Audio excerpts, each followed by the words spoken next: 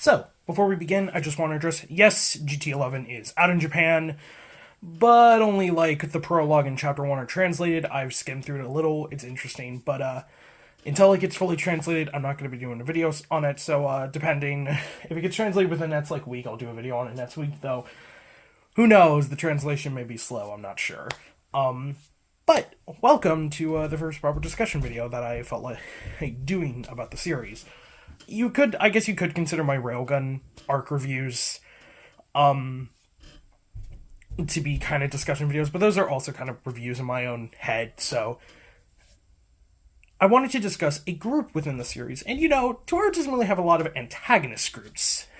We have, of course, we have, God's Right Seat, the Roman Catholic Church. We even had Necessarius at the start of the series. And then we had Kamisato's little group, and then with the Magic Gods, and we had Karanzan, which also technically was Necessarius as an antagonist group, but that was kind of weird. And we have the Transcendents currently, but to a lot of people, I probably think that the antagonist group that a lot of people think of with Toru is Gremlin, Othinus' faction. So, one of the first ideas I had for a discussion, when I was first, thinking I was going to do discussion videos for the series, one of my first ideas was make a video about the entirety of Gremlin, which, at first I was like, oh, this is going to be a short video, Gremlin only has, 12 members, and then I started doing notes and research for this video, and then I realized there's a lot of fucking shit I have to discuss. So, first, disclaimer, this video will contain spoilers for New Testament, and so if you have not read anything past what the anime has adapted, I will be spoiling a lot for you. I will try and keep this as spoiler-free as possible, but that's a lie. I will not be keeping this spoiler-free. And I will probably put spoilers in the title or something, but, Gremlin. They are the major antagonist group for the first half, I would say, of New Testament, as they are introduced within Volume 2 of New Testament, and they serve as an antagonist until Volume 10. And with the third part of the Magic God Othinus arc. And they are a group that has a lot of characters that I like. Othinus is of course a part of this organization. Before we get into the specific members, because oh boy, there's a lot. Just the members we know about, there's so much with them that I'm not going to be going over their entire characters. This isn't a character video. This is just me going over what we know about them and, the entire organization. Just have a video. It's hey, if you want to know, a brief guide to Gremlin as an organization, if you've read through these volumes and you're a little confused on what the fuck these characters can do and what they're based on, this is the video for you. Also, disclaimer, I am a white American. I do not know how to pronounce some Norse words, so if I fuck up anything in this video, please forgive me. I'm gonna try my best, but some of the words I'm going to have to pronounce today, I'm going to fuck up, so just keep that in mind. So, before we get into the specific members, I figured we should focus on what Gremlin is as an organization. Well, Gremlin is a magic cabal, as there are a lot of. I do want to do a video on, all the named magic cabals in the series, because we do get a lot.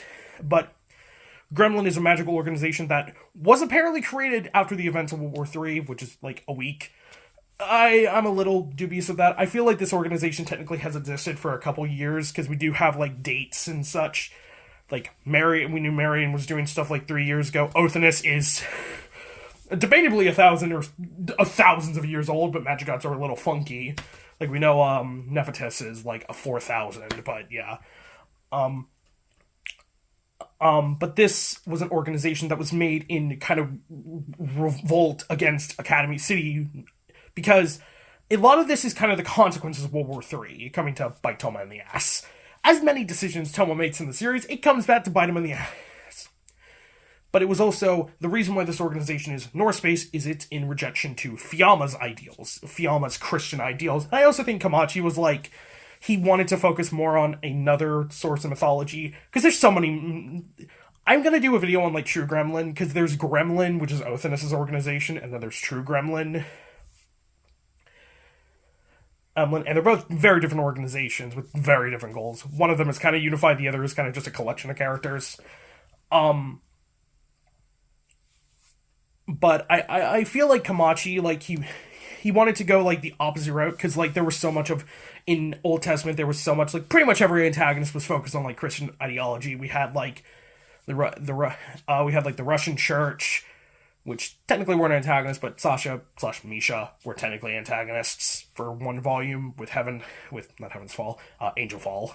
So it's been a while since I've talked about Tor. I refreshed my memory on terms, but I might be fucking up some things. But we had like the Roman Catholic Church, and then we had Oriana's whole thing named with Lidvia. Then we had Gods Who Ride Sea be introduced, and then Fiamma. And then we had some antagonists with the Protestant church. So there was a lot of Christian kind of focus in the first part of the series. So I imagine Komachi kind of wanted to go the opposite route with this and just go full Norse, which I appreciate. But a little bit odd of this organization is it's the first organization that uses both science and magic to achieve its goals. As there are several members at least one member who uses science, and they kind of use magic and science, kind of, because in Old Testament, it was very much this thing of magic and science, while there were lines that blurred it, like Toma is a perfect example of this, in his quote-unquote faction that dubiously exists, that people think exists, but not really. But you had clear-cut, where, like, Academy City was the science faction. Well, yes, there are a lot of factions who seek to take control of Academy City. You have the board of directors, Alistair himself, some of the level 5s, and the entire underground, the dark side of Academy City. You have all that. But you had a lot of magic organizations as well. So I imagine Komachi kind of wanted to blur the lines as we were going forward, and that's definitely a case where like pretty much every organization that we meet from now on is a mixture or a pure magic side, as we get closer to learning what Alistair is about. But why the name Gremlin? Because it's a little bit of an odd name, isn't it? Just like you hear the name Gremlin, and it's like, okay, that's a bit weird. How does that connect? And it's basically Gremlin is a type of fairy during World War II, which I imagine is the reason, because this organization was made after World War III, so it makes sense. It takes reference to something that was like theorized to exist during World War II. But it's kind of like this little fairy that interrupts technology, and during World War II, I think it was like a lot of like British pilots were their like planes and machines were breaking down, and they were blaming these fairies. And you can say that this does make sense, as Gremlin would be a symbol that would eat the other side, and with the science side, Academy City winning and it increased its power, you could say Gremlin was born to be a type of a cult that would devour it, in a way. So, the goals of this organization are something that are kind of weird, that like, it only made sense in, like, retrospect, because it's a lot of, like, build-up, because we first get their first moment when they do the Radosonde, I believe is the name, castle attack on Academy City and Toma, which was really just to make a threat on Toma, like, hey, we exist, we're a problem now. But the ultimate goal of this organization was to create Gungnir, the Spear of Odin, for Othinus to perfect herself as a magic god. Which, we'll get into Othinus in a minute. I'm going to be short with Othinus, just because I'm going to make a video about her in the future, because Othinus, she is important. Because she wanted to distort the world in a way to return to her original world, and a lot of the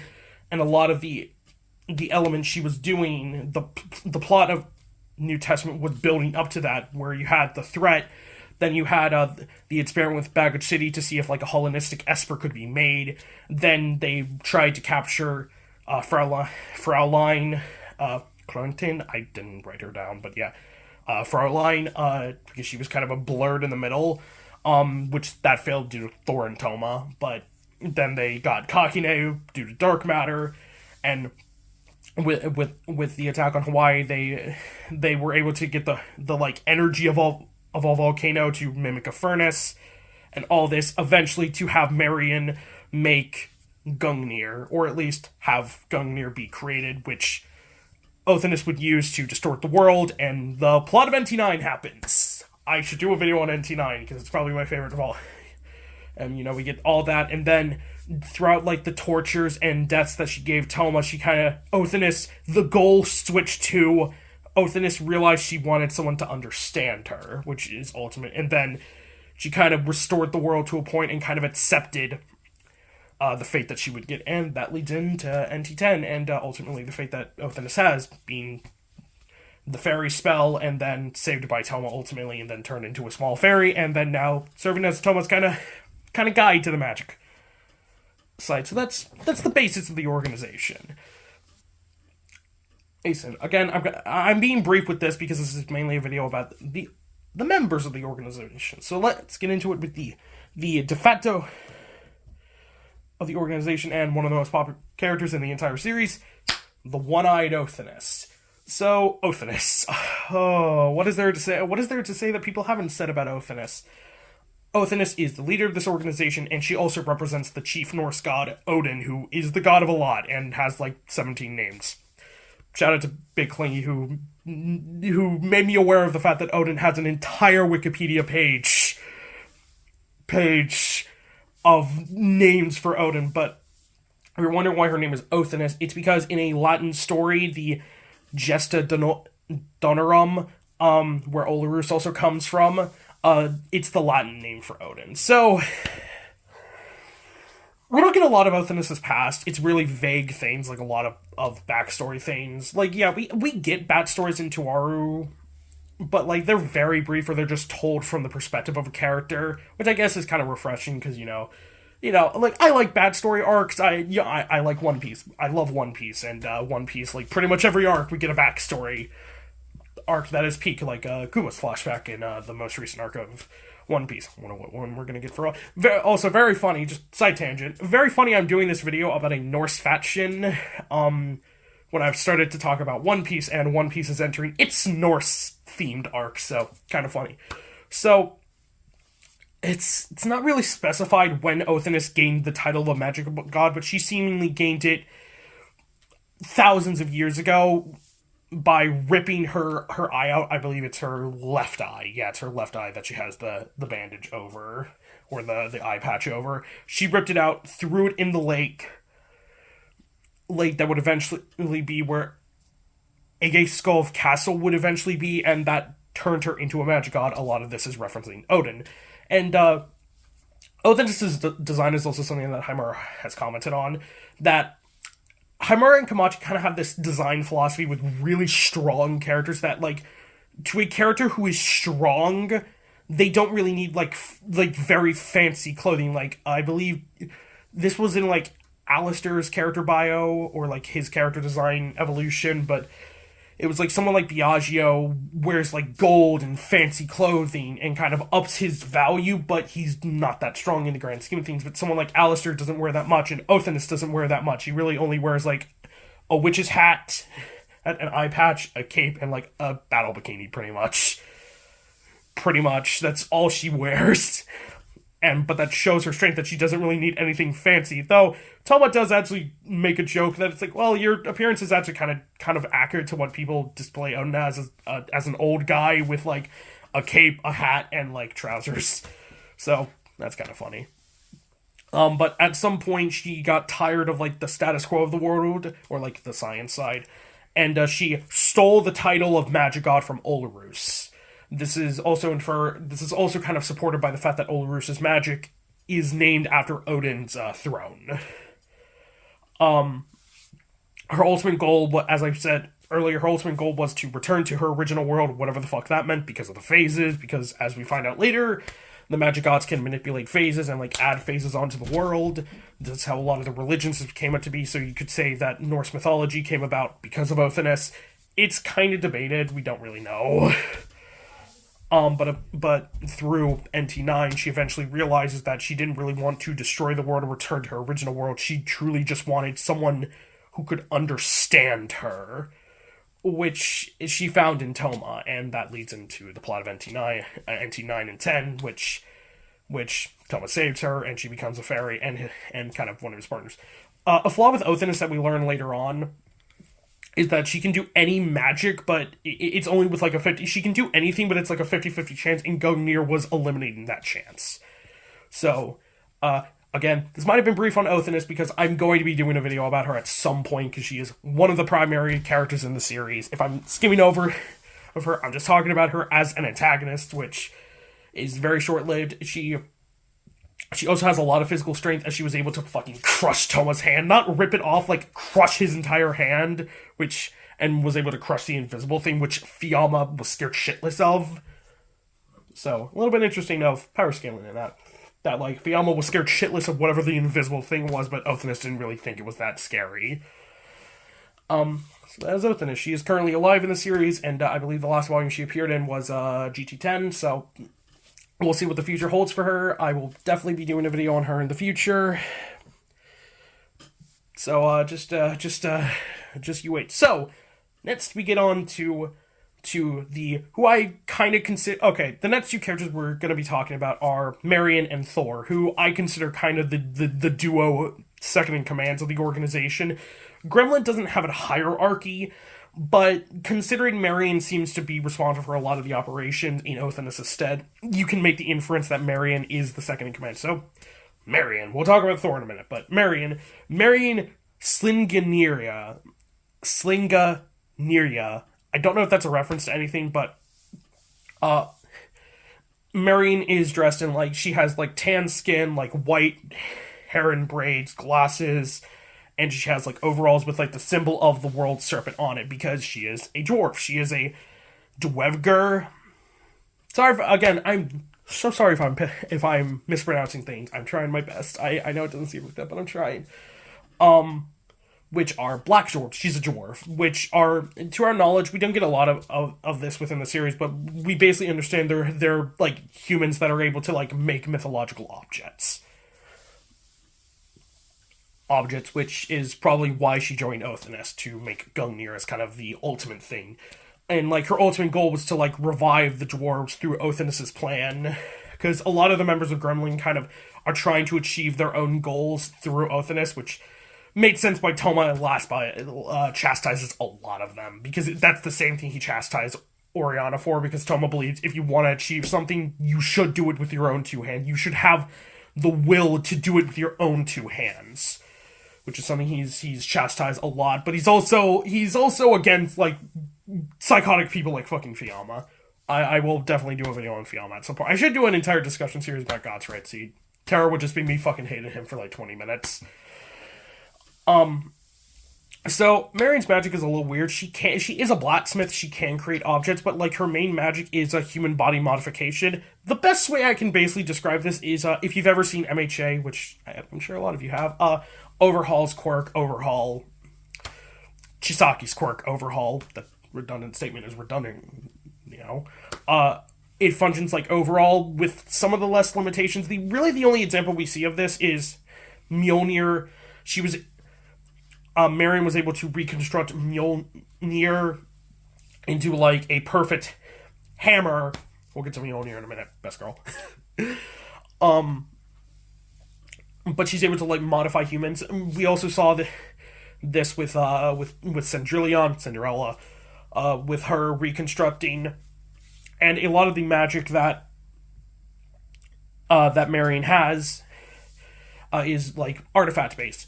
Marion is kind of the second in command, because she was genuinely hurt by Othinus betraying her in NT10, while, like, a lot of the organization just used it as an excuse to fight against Othinus, because a lot of them kind of had a grudge against her. But, like, someone like Thor just was like, yeah, fuck it, I'm just using this as an excuse to fight her.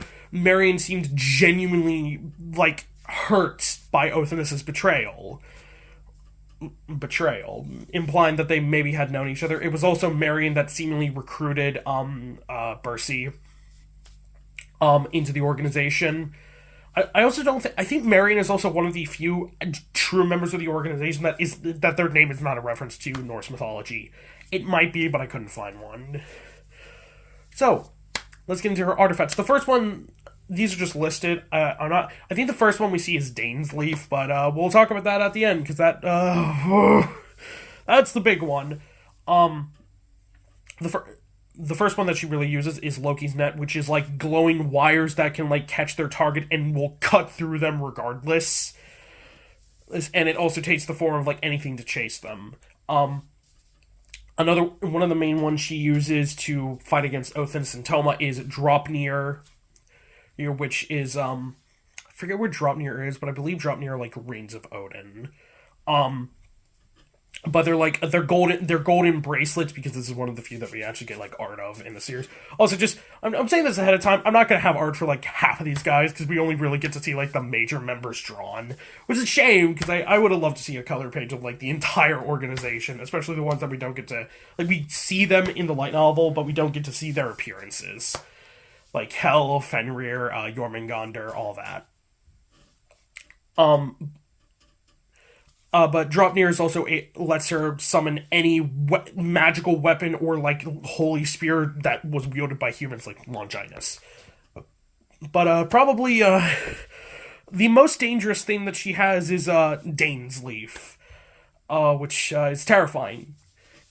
So Dane's Leaf is a sword that is most likely, due to context clues, her most powerful weapon, as unsheathing it is even forbidden by Othinus, which, keep in mind, Othinus is a fucking magic god, so when she tells you you're not supposed to use this, that kind of tells the reader that, oh boy, that's strong. But Dane's Leaf is a sword that I believe, I can't remember the full, like, myth of this. I should have wrote this down prior, but it's a sort of like King Cogni knee, and in the myth associated with it, whatever you cut with Dane's Leaf, the wound will never heal. Kind of that. There's a lot of swords in like mythology and anime that kind of do that. It's like, if you get cut by this sword, you're not gonna be able to heal it. That ability isn't really focused on, but just the act of unsheathing it is enough to cause fear in the target and make them have a heart attack and die. Just the thought of like, what the fuck you could use with that sword if it was fully unsheathed.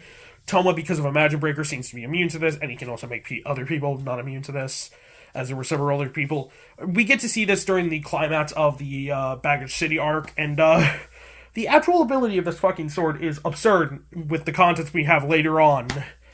It is unspecified how bad it does this, but Dane's Leaf allows Marion to cut through phases, which, as we find out later, are a big fucking deal, and it cuts the protection away from the gods of that, like, phase, and it unleashes, like, numerous calamities, basically allowing her to use, like, any monster from a mythology as a weapon. The ones she uses against Toma are, she cuts Olympus of Greek mythology, which summons Titan, one of the Titans. It's just Titan, but it's referencing, the Titans of Greek mythology that, like, Zeus and all the Olympians fought against.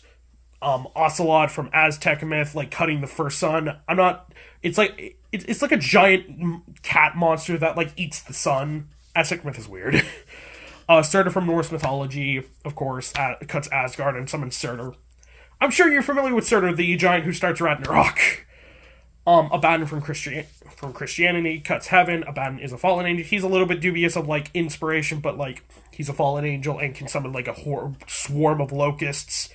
Yomatsu Shikobe from Shinto myth, which is like an assistant or like a monster of Izanami. And then finally, Vishnu Avatada from Hindu myth, which is like as it's described, like an amalgamation of all the avatars of Vishnu. And ultimately she is like defeated by Toma, and then that's where ultimately she uses this against Toma, but Toma does defeat her, and then Othinus comes in and then breaks his fucking hand. And then the last item or transportation spell that she uses is Hiram Foxy. I'm definitely mispronouncing it. It's a transportation spell named after the horse of Nut, which is like the personification of night. And she used it and Marion used it to travel from Tokyo Bay, where Othinus and Toma were originally, to all the way to Denmark, which I think it was stated by Thor or Othinus that she made like quite the show of it as well. So that's Marion. She is probably, besides Thor, my favorite member, just because she's a little interesting in terms of her relationship with Othinus, and like her being kind of genuinely hurt by her. And next we have my actual favorite member of the organization, Thor, who is of course named after the god of thunder of Norse mythology, Thor himself. So, Thor is one of the strongest, is bar none the strongest member of the organization. And Thor even states in series, besides Othinus, he's the strongest.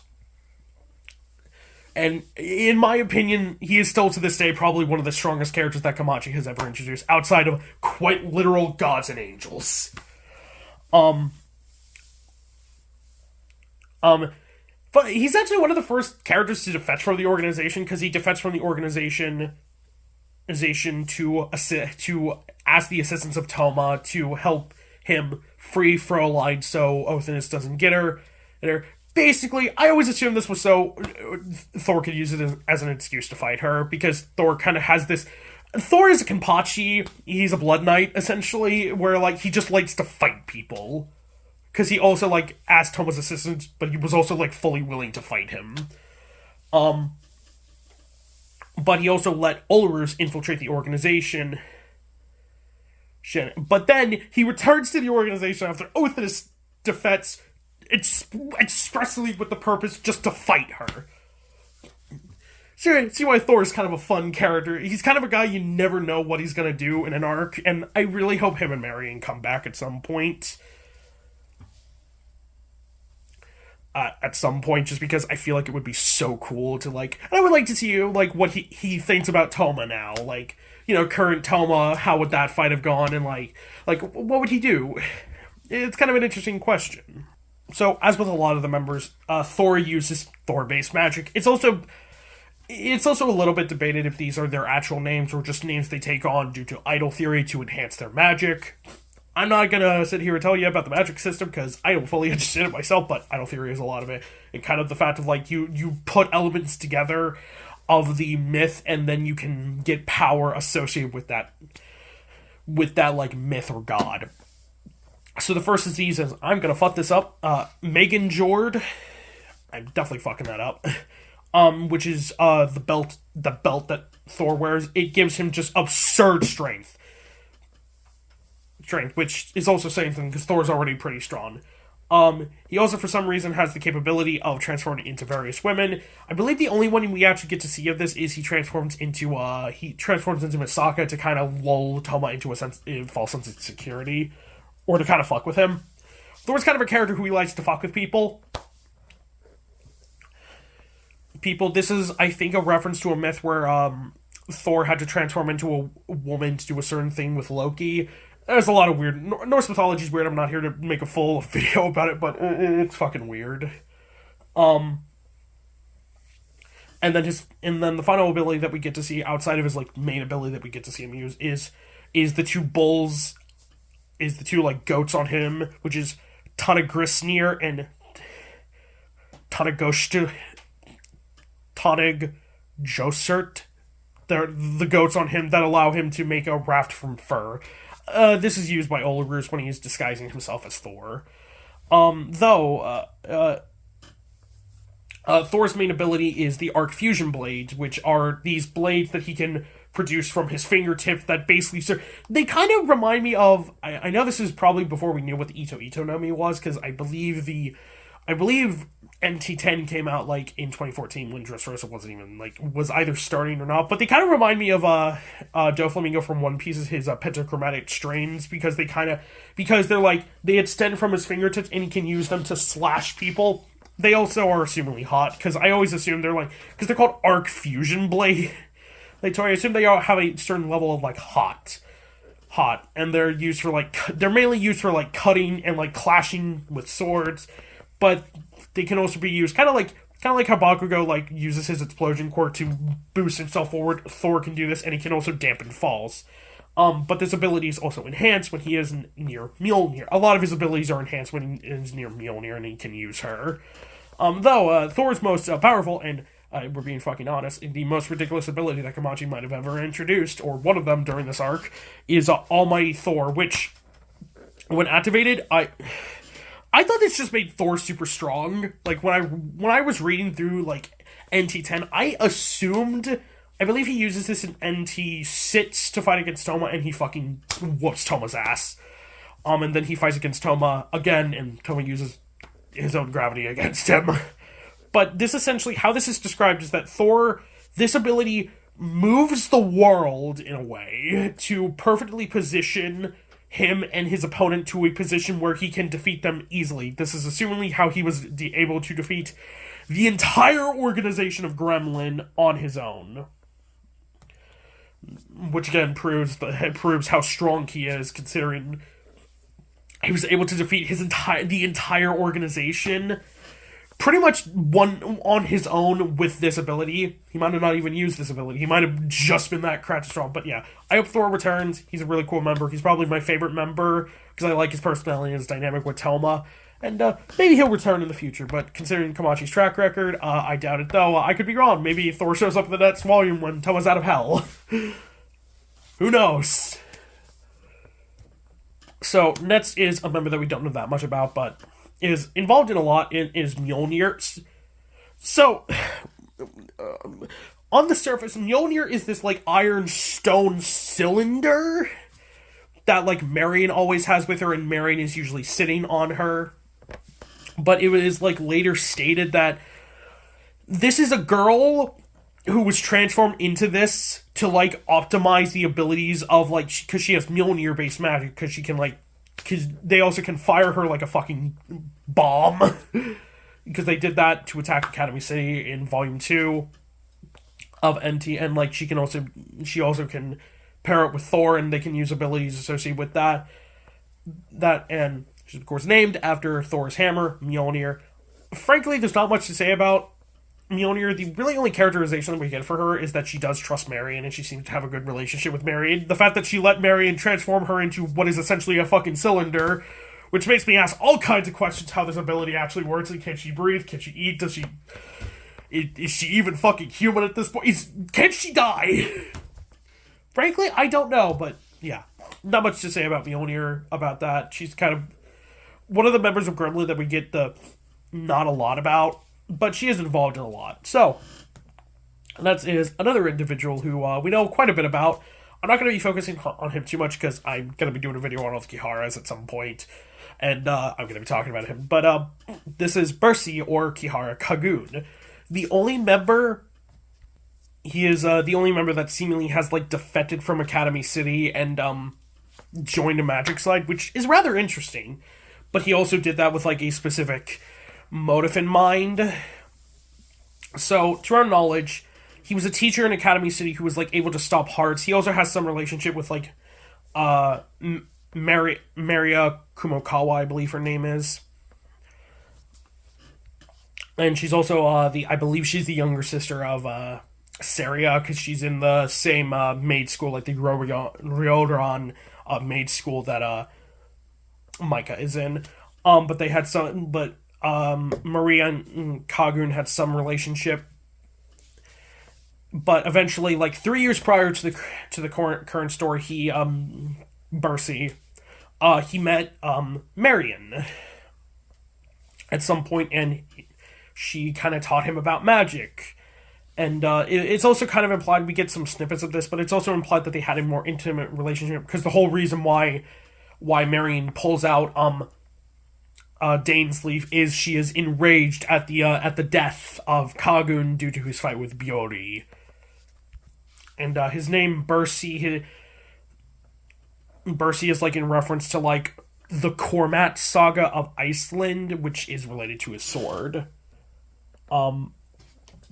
But he did seemingly join Gremlin with kind of the intention of kind of going after Bjorn at some point, which does come to a head during the Baggage City arc as they kill each other during the events of that arc. But then we get to see one of Othinus's abilities. The one that she doesn't use that much, but we get to see it this one time, is she has some form of necromancy, because Odin is the god of knowledge, and he did hang himself and kill himself at one point. Did I ever tell you that Odin was a mad bastard? Odin's insane. Read some Norse mythology, it's fucking wild. But Odin is able to turn a dead body into an Herjar, which are, like, warriors of the dead. It's the it's the warriors of Valhalla. So essentially, you can still fight. It's unknown how much of Percy's personality or Kagun's personality are still there, but he seems to still be there somewhat. And it might have been Marion who asked Othinus to do this. But yeah, and his weapon is like the sort of witting or whiting. I don't know which, because it's like two T's. And this basically allows Kagun to nullify fatal attacks and increase the sword's power after he's attacked. It's also unspecified if, because this is one of the cases where we're not really sure how this operates, because Kagun is from Academy City. He should theoretically has an Esper ability. He seems to have one because he's able to stop a person's heart, seemingly. Or somewhat. I always thought that was kind of an Esper ability, but you also have, like, this debate that Esper abilities, like, just stop after you become an adult and burst. And, like, Kagun's clearly, like, in his late 20s, if not older. Because we know he's probably the same age as Biori, and she seems to be in her 30s, or, like, she seems to be older as well. But it's unspecified. And then eventually he does die eventually with, like, Maria kind of carried for him. That's it. He also did seem to have some kind of like, he did kind of respect Toma a little bit, which is kind of interesting. And that is a lot of the members. Like, Kagun is really the last member that we know a lot about besides, like, the two pawns. But we'll get into the other two members that are introduced alongside him, Utgard, Loki, and Saigen. So, Utgard, we don't know a lot about these individuals, but Utgard, Loki, he's not Loki. I know just the name Utgard, Loki. It makes it sound like it's Loki, but it's not. There's another member that we don't really get to see a lot of, who was actually Loki. But Utgard Loki, he is introduced during the events of the Baggage City arc, and he kind of has this appearance of like this kind of handsome young man who has like long blonde hair and like always a smirk on his face. I believe in like Himura's notes, he designed Utgard Loki to kind of be like, have the appearance of this guy who lost his humanity. So what happened in his past? Who fucking knows? He's dead. Or him and Saigen are theoretically deceased because we don't get to see what happened to them, but they're assumingly dead. Or not, I just assume that Thor fucking caved in their skulls if they did live. When Thor fought the entire organization, he just caved in both their skulls. Like, Thor had to kill a couple people there. I doubt he knocked out all of them. He had to kill a couple. But Utgard Loki is the illusion specialist, which makes me think that he was originally supposed to be Loki, but maybe not. This illusion seems to take the form of, like, he can transfer information sent to one of the 5 senses to a different sense. It kind of reminds me of Sakanade. I've made, like, 5 different anime references, and there's other anime. But, like, this kind of reminds me of Sakanade, but, like, Sakanade does, like, reverse your, like, it does, like, mess up your senses in a weird way, but, like, your directions. But, like, how this works is basically, Utgar can show you a picture of fire, and he can transfer that from your sight to your feel. So your sight is, you see a fire, and your brain instantly connects it to, fire. It burns you, and you're suddenly, like, you feel like you're on fire just by looking at this picture. So there's a lot of applications of this ability that you could, like, really... There's some really dangerous applications of this ability. Just one of the simplest ones is just, like, you point a blade at someone, they see a blade, but then you could transfer that to, like, their touch, and they feel like they're getting fucking stabbed. Like, that's like, that could disorient you, and, like, if he was with someone else, they could easily kill someone like that.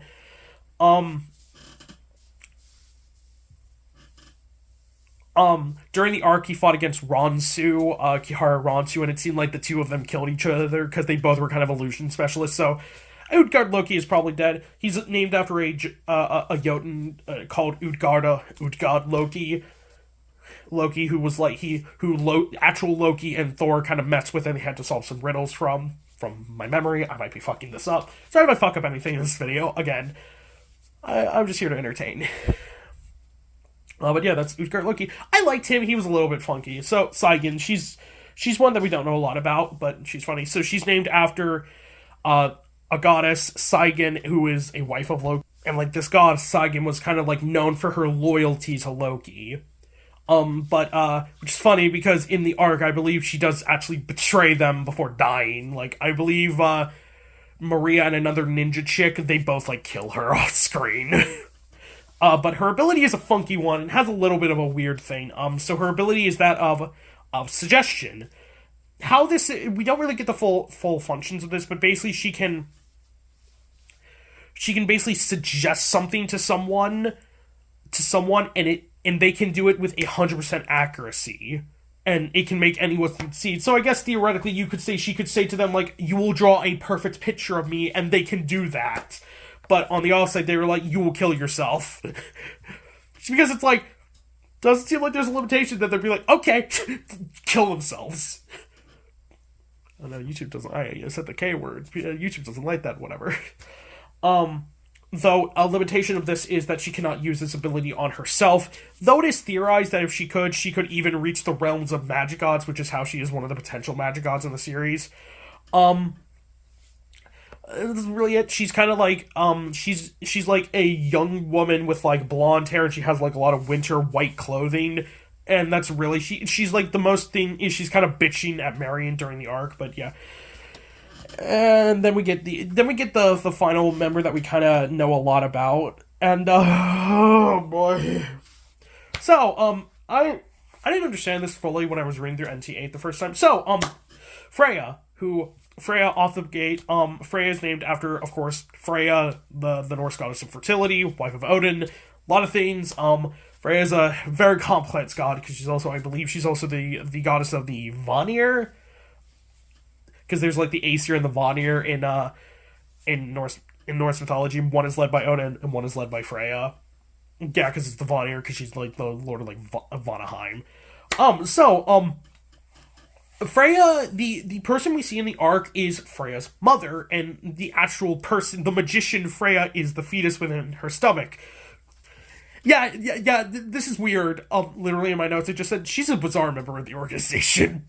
Because to our understanding, she does get more of a pass, basically, at an unknown point in time, because Freya's mother is, described as like a young woman who could be in college, so she could be like 19, 20, but this is like 2 years ago, so she's probably like 21. But she got into like an accident, and to save her own mother, the fetus Freya. I know this sounds fucking weird. This is probably like, I did not fully understand this when I read this, but so when I was like fact checking and like doing research, I was just sitting here like, Kamachi, did you really introduce a pregnant woman and have Toma punch her? Did you really have Toma punch a pregnant woman? I'm like, oh, well, we're here. So she also joined the organization to try and save her mother in some way, most likely through the phases. And by the end of the arc, the bee known as Freya, this is weird, like the child is alive, like the fetus is alive, but like the person known as Freya is dead, and she is seen being taken away by Kagun and Maria by the end of the arc. So that's weird. That's fucking weird. But her magic is pretty cool. So her magic is called Brissigamen, which it's like a gem. It's like a bead gem theme that she can use to like summon creatures from Norse mythology. She uses this mainly to summon Nidhogg, a giant red dragon, which in Norse mythology, you've probably heard of Nidhogg. If you play Devil May Cry 5, play it. It's a good video game. But one of the bosses in there is called Nidhogg. I believe she makes two of these. She makes like a version 1 and a version 2, and one gets destroyed by Toma, one gets destroyed by Misako, or Misako destroys both, I forget. But she uses that one, and Nidhogg is a serpent or dragon that gnaws at like the roots of the world tree, Yggdrasil. The other one she summons is Hesravalgur. It's the giant eagle that devours the dead in Norse mythology. It's also, I think it like rests in Helheim. Another one she summons is Hildis Vini, which is the legendary boar that Freya within mythology rides on, and it can be used it grows larger if it eats more of the summons. Those are kind of the main three that she uses throughout the arc. The others are kind of just ones that she kind of uses but doesn't use in a big capacity. The next is Valdefari, which is a horse that a father slept near with Loki. Yeah, Loki turned into a female horse, and got it on with a male horse and had slept near is it 9 or 8? I think it's 8. It's 8, the 8-legged horse of Odin. I've said this before. Norse mythology is fucking weird. Kamachi definitely got that across in some of the characters, I will say. The next is Munin and Hugin, who are the twin ravens of Odin, the two ravens that are on his shoulders, and they kind of fly all over the world for Odin, kind of watching people. Next is Ratatoskr, which is named after the squirrel that runs up and down the world tree, delivering messages between the unnamed eagle perched at the top of the world tree and Nidhogg at the bottom. A lot of these like summons that she does are like red in design.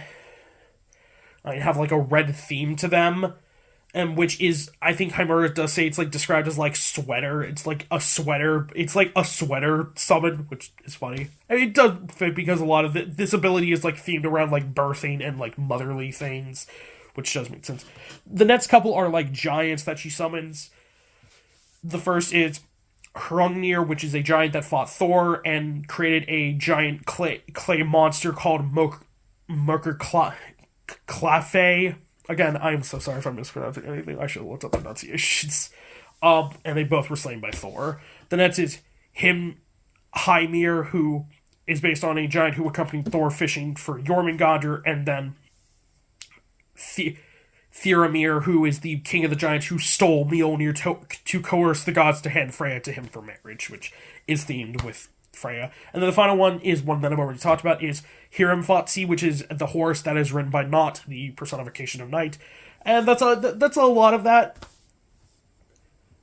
So the next two, Freya's weird. Freya's fucking weird. I did not understand this when I was reading, but now that I do, I'm like, that's weird. Funny that we go from this to like NT9. That we go from like Toma finding a pregnant woman that can summon monsters and creatures of Norse mythology to what the fuck happens in NT9. Seriously, read it. Seriously, if you're watching this video and you have not read up to NT9, read NT9. It's fucking fantastic. So those are pretty much all the members the true members that serve as antagonists and that we know a lot about. That we pretty much know all their abilities. The next two are two of the pawns that serve as antagonists during the events of the Hawaii arc during Volume 3, which I believe was recently reported that it's getting translation, that it's coming out soon in English, so that'll be fun. But this is Saronia a Iravika. For once, not a Norse name, so I can't fuck it up. Probably still fucked it up. Kind of interesting, she was a member of the Russian Orthodox Church, which means she's the third member of the Russian Orthodox Church that we know. She's probably a member of Annihilatus, because the other two members of the organization we know of are Sasha, of course, and we know about Vasilisa. But she was dispatched to fight against Academy City during World War III, but eventually disappeared, and she joined Gremlin because of her frustrations with Academy City's victory, and she ultimately wanted to have Russia continue the war with Academy City and eventually win. But with her ability, she also, for the plot of Gremlin, she took over several important people of the U.S. government to further plans of Gremlin. Her ability is a little bit weird. It's based on the legend of like the Leshy or the Leshai. Leshai might be more correct because it's like Leshy, so Leshai, which is like a male woodland spirit of like Slavic mythology that is like a ruler of the forest and king of animals. Basically, this allows her to mind control people using plants. It's at first thought by like Lavinia that she has to use like specifically Russian plants, but it's later confirmed that no, she could just use any kind of plant. There's another aspect of this ability that people who infiltrate the forest as like intruders, whatever part of their body touches the pollen, most significantly, I think it's like Toma's arms, touches it and he loses control of it. So yeah. I don't think she dies. I actually forget what happened to Saronia. She does get defeated by Toma, and then I think she just disappears. Never to appear again. The fate of many to our antagonists. So Ness is the other pawn of the organization. Basically, Saronia and Cendrillon aren't true organization members. They're just kind of members that are used as pawns so they don't have to use any of their actual members for the setup. So Cendrillon is assumedly a French magician. She's named after Cendrillon, it's the French name for Cinderella. She's a pawn of Gremlin who has, like, Cinderella-based magic, like, she can use, like, glass slippers for an attack and then, like, a pumpkin carriage. She is ultimately defeated by Lavinia very easily. Like, she's the first person that gets dropped by Gremlin, and then later on she's nearly killed by Marion, reconstructed, and then Mugino actually reconstructs her, bakes her into a person again, and then she goes on and, like, kind of helps Toma a little bit, and then she eventually wants, like, revenge, but she eventually disappears. So yeah. She does have a very beautiful design, I will say. When I first saw her, I was like, you're pretty. But yeah, she's not really the most relevant. She shows up during the Ichihana Ransai, but that's really it. It's kind of like sub-things that happen during the Ichihana Ransai, as a lot of that is focused on, like, Kakine and his relationship with Accelerator. So the next couple members are the ones that the last, like, 6 members are members that are mentioned or we see very brief of. So the next one is Loki. He's described as an old man and very loyal to Othinus, as he calls her, like, Lady Othinus. He's based on the mythological god of trickery, Loki himself. I really don't need to tell you who the fuck Loki is, do I? But his ability is, like, the territory of Vidopnir, or Vipopnir, which allows him to, like, make a dome around an area that looks like celestial objects, like a planetary. It's basically, like, an area kind of confusement ability, because it's what he used this on, like, Sargasso, their initial base, to kind of trick the anti-Gremlin Alliance into thinking they found their base, but they really didn't. So yeah, he's like described as an old man. We don't really get a lot of him. The next 3 are the children of Loki, which the first is Jormungandr. He's based on the Midgard serpent and a child of Loki. And in Norse mythology, he's killed by Thor during Ragnarok, and then Thor dies from his poison. Very ironic, considering by the end of this kind of saga, Tuar Thor is the one that kicks his ass. During the events of NT8, he fights against Style, and his ability was seemingly poison breath. We don't know a lot about the abilities of these people, just kind of basic things. The next is Hel. Hel, she is named after the daughter of Loki and the ruler of Helheim. Her design would be really cool to see if we actually do ever get, like, an anime for this, what her design would be. But she's described as, like, this stitched up woman with, like, a red blood-stained dress. Like, she has, like, parts of, like, she kind of, like, the description of her kind of reminds me of, like, Mahito from, like, JJK with, like, the stitched up designs, or I guess, Stein, I think his name is, from Soul Eater. But she has, like, parts of an old lady, like, bluish skin, like, parts of a young lady. And her ability was hell-based magic, which allowed her to seemingly control ice, and it also allowed her to discern the cause of death and how many people died within an area. She fights against Brunhild and Sylvia. She assumingly lives, and we get to see her get her ass kicked by Thor during the events of NT10. Which is ironic. It's ironic that her and Brunhild fought, because Brunhild is also known as Hel. But yeah. Next is Fenrir. Jormungandr and Fenrir are both described as, like, young men, or, like, young boys. Fenrir is based on the monstrous wolf of Norse mythology, who is also a son of Loki. He is said to kill Odin during Ragnarok. He's described as, like, a young man, and he fights against Oriana in Alaska. His ability is weird, because Oriana actually does compare it to Imagine Breaker, because it seems like he can distort his surroundings to kind of, to, like, block and, like, just cut off magic. And he fights against Oriana in Alaska, and, like, she's like, thank God I kind of trained to fight against a Magic Breaker, and he kind of just says, like, my ability isn't like a Magic Breaker, right? And they fight. He is also seen later on in the arc, and he gets defeated by Thor. A lot of these people pretty much the only person who I think doesn't get defeated by Thor at the castle is Marion, because she confronts Toma and Othinus early.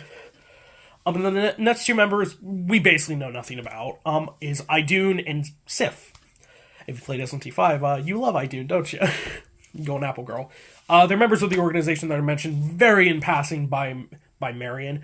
Idun is based on the Norse god associated with apples and youth, and in the Prose Edda, she's actually said to keep the gods from growing old. So you could say like her magic is like apple-based magic, that maybe like she has like a youthful ability, or she can like resort people to like their prime or something. I don't really know. And then Sif is named after the consort of Thor, but also interestingly, that doesn't go anywhere in the arc, but it's kind of interesting in a weird way. She's also the mother of Ulur or Olorus. Their magics are completely unknown to this. They were mentioned in passing. They are both assumingly there at the castle in NT9, and they both NT10, and they both get defeated by Thor. But we know nothing about their designs. I'm just picturing that Sif wears like blue and has like a yellow braid, and like Idun wears like a red dress and has like short. Basically, just SMT Idun is who I'm picturing and who I'm probably going to use as the picture for this. So that is every member of Gremlin that we know of and is introduced during the arc. This video is a lot longer than I thought. I was like, oh, this video is only going to be 30 minutes long. Boy, am I fucking wrong. Hope you enjoyed this first video. If I fucked up anything, let me know in the comments. Correct me if I'm wrong on anything. I'm still kind of getting the grasp on the series and, like, learning how to do discussion videos on it. So, I hope you enjoyed this video nonetheless. This is going to be a bitch to edit. I've not done a video I think this is the longest 2-hour video I've done. I think the longest 2-hour video I've done at this point is the Hase review for Railgun. But this is easily, like, 56 minutes. So, this over 50 minutes. So, this is longer. This is so much fucking longer. But I hope you enjoyed this video. Let me know what I should discuss in the series future. I am definitely in the future going to do, the first discussion series that I am going to do is on the level 5s. Obviously, yes, even Ihana. Yes, we know jack shit about Ihana, but, you know, I could do a video I could do a 15-minute video on Ihana and discuss the numerous theories about him. But yeah, look forward to that in the future. I'll probably be doing that in like a month or so, because I gotta do a lot of research with that. Accelerator or Misaka will probably be first, just to start out with a bang. But let me know what other characters or discussions I should do about the series. And of course, I will be discussing GT11 the second it gets translated. The second I see a full translation, I'm gonna read it, and I will do a video on it, and I will see you back here next week, hopefully, for that. So, if you enjoyed this video, like, comment, subscribe, do all that good stuff. And I hope you have a good day. This will be Neo, saying